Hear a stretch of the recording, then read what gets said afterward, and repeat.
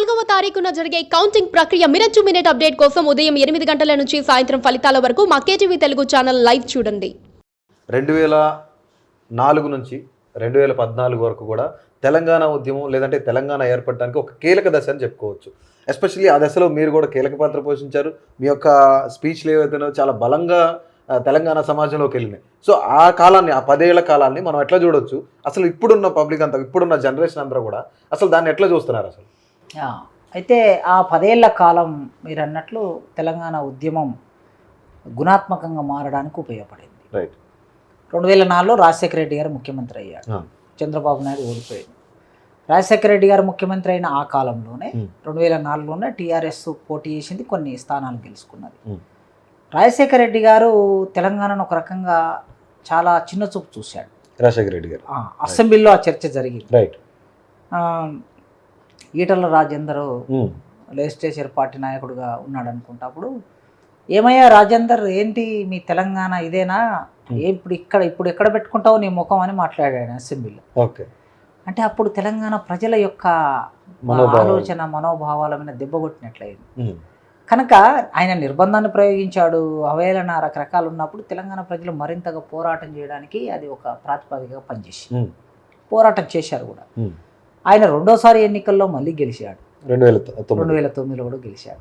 అంటే ఆయన ఏమనుకున్నాడు, నేను తెలంగాణ ఉద్యమాన్ని లేకుండా చేస్తా అనుకున్నాడు. నిజంగా ఆయన బతికి ఉంటే ఎట్లుండేదో చరిత్ర మనం చెప్పలేం. కానీ ఆయన చనిపోయాడు 2009లో. చనిపోగానే తెలంగాణ ఉద్యమం పీక్ స్టేజ్కి వెళ్ళిపోయింది. పీక్ స్టేజ్కి వెళ్ళిపోయి మొత్తము దిగ్బంధం చేసే తెలంగాణ ప్రాంతాన్ని మిలియన్ మార్చ్ అని, సహాయ నిరాకరణ, వంట వార్పు అని, సకల జనుల సమ్మె అని, మొత్తము రోడ్ల మీద బతుకమ్మలాడే పరిస్థితి, వంట వార్పు చేసే పరిస్థితి వచ్చి కేంద్ర రాష్ట్ర ప్రభుత్వ కార్యాలయాలు పనిచేయలేని పరిస్థితి ఏర్పడింది.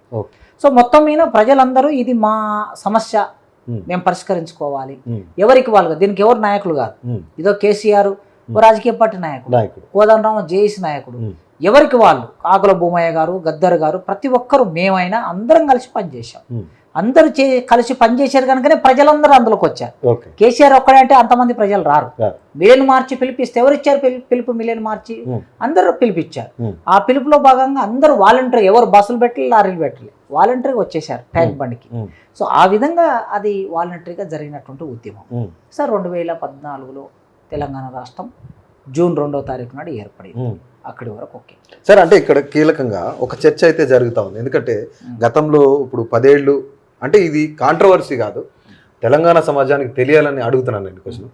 కేసీఆర్ తెలంగాణ జాతిపిత, తెలంగాణని తీసుకొచ్చింది కేసీఆరే అని చెప్తారు. ఎంతవరకు ఇందులో నిజం ఉంది? ఎందుకంటే ఉద్యమంలో ప్రత్యక్షంగా పాల్గొన్న వాళ్ళు మీరని తెలిసి అందరికీ తెలుసు, తెలంగాణ సమాజం మొత్తానికి తెలుసు. నిజంగానే కేసీఆర్ని అట్లా సంబోధించవచ్చా? అయితే తెలంగాణ ఉద్యమంలో, తెలంగాణ రాష్ట్ర సాధనలో కేసీఆర్ గారికి సంబంధించిన ఆయన పాత్ర ఆయనకుంది. ఓకే. ఆయన పేజీ ఆయనకుంది, ఆయన చరిత్ర ఆయనకుంది, దాన్ని మనం కాదనలేము. ఓకే. అయితే ఆయన జాతిపిత అనే మాట ప్రయోగం అనేది సరైనది కాదు. ఓకే. ఎందుకు కాదంటున్నానంటే తెలంగాణ రాష్ట్ర సాధన కోసం 90వ దశకంలో ఉద్యమాలు మొదలైనప్పుడు 96 ప్రాంతంలో వరంగల్లో కాళోజీ, జయశంకర్ గారు వీళ్ళందరూ నిరసన వ్యక్తం చేశారు నవంబర్ 1వ తారీఖు నాడు. 96 నాటికి కేసీఆర్ గారు తెలుగుదేశం పార్టీలో ఎమ్మెల్యేగా ఉన్నాడు. ఆయనకేం తెలంగాణ ఉద్యమంతో సంబంధం లేదు ఆనాటికి. ఓకే. 98కి వచ్చేసరికి మేము తెలంగాణ జనసభ పెట్టాం. బెల్లి లలిత, ఆకుల భూమయ్య సారు, నేను, కనకాచారి, సుదర్శను, మద్దిలేటి, ఇట్లా మేము అందరం కలిసి పెట్టాం. తెలంగాణ జనసభ పెట్టినప్పుడు 98 జూలైలో పెట్టాం మేము. అప్పటికి ఆయన డిప్యూటీ స్పీకర్ ఉన్నాడు, అసెంబ్లీలోనే ఉన్నాడు. ఆయన ఆయన ఏం సంబంధం లేదు. ఓకే.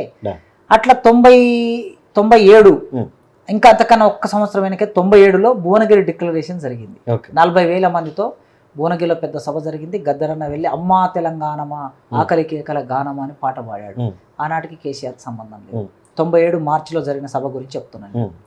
97 డిసెంబర్లో వరంగల్లో 2 లక్షల మందితో సభ జరిగింది. 2 లక్షల మంది. ప్రొఫెసర్ సాయిబాబా, అమలాపురం ఆయన ఆంధ్ర ప్రొఫెసర్ సాయిబాబా, 2 కాళ్ళు లేవు, మొన్నటి వరకు జైల్లో ఉండి మొన్న రిలీజ్ అయ్యారు కుట్ర కేసు పెట్టి. సాయిబాబా నాయకత్వంలో ఒక ఆంధ్ర ప్రాంతానికి సంబంధించిన ప్రొఫెసర్ సాయిబాబా, అప్పటికి ఆయన ప్రొఫెసర్ కాలేదు, ఆ సాయిబాబా నాయకత్వంలో వరంగల్లో ప్రత్యేక తెలంగాణ ప్రజల ఆకాంక్ష ప్రజాస్వామిక డిమాండ్ అనే పేరు మీద 2 లక్షల మందితో సభ చేశాం మేము. ఓకే. ఆనాటికి బట్ ఒక ఆంధ్ర ప్రాంతానికి చెందిన వ్యక్తి. చెందిన ఆయన అదే డిసెంబర్ 29, 30 తేదీలో జరిగింది వరంగల్లో. కాళోజీ గారు వరంగల్ డిక్లరేషన్ పుస్తకాన్ని రిలీజ్ చేశాడు. ఆనాటికి కేసీఆర్కి సంబంధం లేదు, కేసీఆర్ లేడు ఉద్యమంలో. ఇవన్నీ చూసిన కేసీఆర్ అబ్బో తెలంగాణ అనే దాన్ని పట్టుకుంటే ఇదేదో రాజకీయంగా ఉపయోగపడేటట్లుంది కదా అని అనుకొని 2001 ఏప్రిల్ 27వ తారీఖు నాడు ఆయన పార్టీ పెట్టుకున్నాడు. అక్కడ నుంచి కేసీఆర్ గారి చరిత్ర మనం ఏం కాదనం. కేసీఆర్ గారి చరిత్ర ఎక్కడి నుంచి మొదలవుతుందంటే 2001 ఏప్రిల్ 27వ తారీఖు నాడు. ఆయన చరిత్రకు సంబంధించి కూడా ఎన్నో చర్చలు ఉండొచ్చు. 2001కి ముందు ఎలాంటి ఉద్యమ పాత్ర లేదు లేదు కదా, అది చరిత్ర చెప్పేది కదా, నేను చెప్పేది కదా. ఆయననే ముఖ్యమంత్రి అయ్యాక 2014లో మొదటి అసెంబ్లీ సమావేశాల్లో ఆయన ఉపన్యాసం మీరు కానీ చూస్తే తెలంగాణ రాష్ట్రం ఏర్పడడానికి ఎందరో కృషి చేశారు, నేనే మొదలు కాదు. నాకన్నా ముందు కాళోజీ గారు, జయశంకర్ గారు, తెలంగాణ జనసభ, తెలంగాణ మహాసభ, తెలంగాణ ఐక్యవేదిక, ఇట్లా ఎందరో పోరాటం చేసిన ఫలితంగా మేము పార్టీ పెట్టుకొని మేము ఉద్యమంలోకి వచ్చామని చెప్పాడు. ఓకే. సో అంటే ఆయన మాటల ప్రకారం చూసినా కూడా 2001 నాటికి ముందు చాలా జరిగి ఉంది కదా. అందుకోసం 2001 తర్వాత 2005, 6, 7, 8, 9 కాలానికి వచ్చేసరికి ఆయన నిరాహారదీక్ష చేశాడు. ఆయన నిరాహారదీక్ష చేయటం అనేది ఆ నిరాహారదీక్షలో కూడా చాలా భిన్నాభిప్రాయాలు ఉన్నాయి. లోపల ఏం జరిగింది మనకు అనవసరం, కానీ ఆయన ఒక ప్రయత్నం చేయటం అనేది కూడా చరిత్రలో అది భాగమే. ఆయన ప్రయత్నం చేయటం మూలంగా తెలంగాణ సమాజం మళ్ళీ ఒకసారి కదిలి రోడ్ల మీదకి రావడానికి ఉపయోగపడింది.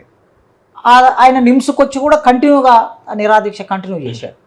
అప్పుడు కేంద్రం ఆ నిరాదీక్షను చూసే కేంద్రం చిదంబరం గారు తెలంగాణ అనౌన్స్ చేశారు. అనౌన్స్ చేసి మళ్ళీ వెనక్కి తీసుకున్నాడు. అనౌన్స్ చేసి వెనక్కి తీసుకోవడానికి కారణం ఒక పునాదిగా కేసీఆర్ గారు పనిచేశారు, అనేక ఉద్యమాలు పనిచేశాయి. కనుక ఎవరి చరిత్ర వాళ్ళకు ఉండాలి. అందుకే తెలంగాణకు ఎవరు జాతిపిత కాదు, తెలంగాణ అనేది ప్రజల పోరాటం వలన. నేను అందుకే ఇప్పటి వరకు మీకు ఉద్యమ చరిత్ర చెప్పాను కదా. మీరు అంత పెద్ద తెలంగాణ రైతాంగ సాయుధ పోరాటానికి నాయకులు ఎవరు అని చెప్తే ఎవరి పేరు చెప్తామండి? నిజామును దించినటువంటి పెద్ద పోరాటం. ప్రపంచంలో రైతులే తుపాకులు పట్టుకొని చేసిన పోరాటం ప్రపంచ చరిత్రలో తెలంగాణలో రికార్డ్ అయింది. ఎక్కడ రికార్డు? కానీ ఆ సాయుధ పోరాటానికి నాయకత్వం పలానా కాసిం సార్ లేదంటే పలానా గద్దరన్న అని చెప్పలేము. రైతులే ఉద్యమం. అక్కడ సుందరయ్య ఉన్నాడు, చంద్రరాజేశ్వరరావు ఉన్నాడు, దేవులపల్లి వెంకటేశ్వరరావు ఉన్నాడు, ఎందరో ఉన్నారు నాయకులు. కానీ ఒక్కరు నాయకుడు ప్రజా పోరాటం అంటాం. చరిత్ర ఎట్లా రాశారు? తెలంగాణ రైతాంగ సాయుధ పోరాటం అని రాస్తారు, అంతే తప్ప సుందరయ్య పోరాటం అని రాయరు. అట్లే నక్సలైట్ పోరాటం కూడా ఉంది ఇక్కడ. నక్సలైట్ పోరాటం ఫలానా వాళ్ళు చేశారని ఉండదు ఇక్కడ. కొండపల్లి సీతారామయ్య పార్టీ పెట్టాడు ఇక్కడ, పీపుల్స్ వార్ పార్టీ పెట్టాడు కొండపల్లి సీతారామయ్య. కొండపల్లి సీతారామయ్య పేరు, సత్యమూర్తి పేరు, లేకపోతే గణపతి పేరు మాత్రం నక్సలైట్ పోరాటం అంటారు దాన్ని. అంటే అంతమంది నాయకులు ఉమ్మడి నాయకత్వం అది.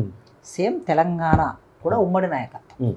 Please do subscribe to Please do subscribe to Please do subscribe to Please do subscribe to Please do subscribe to Please do subscribe to KTV Telugu KTV Telugu KTV Telugu KTV Telugu KTV Telugu Please do subscribe to KTV Telugu.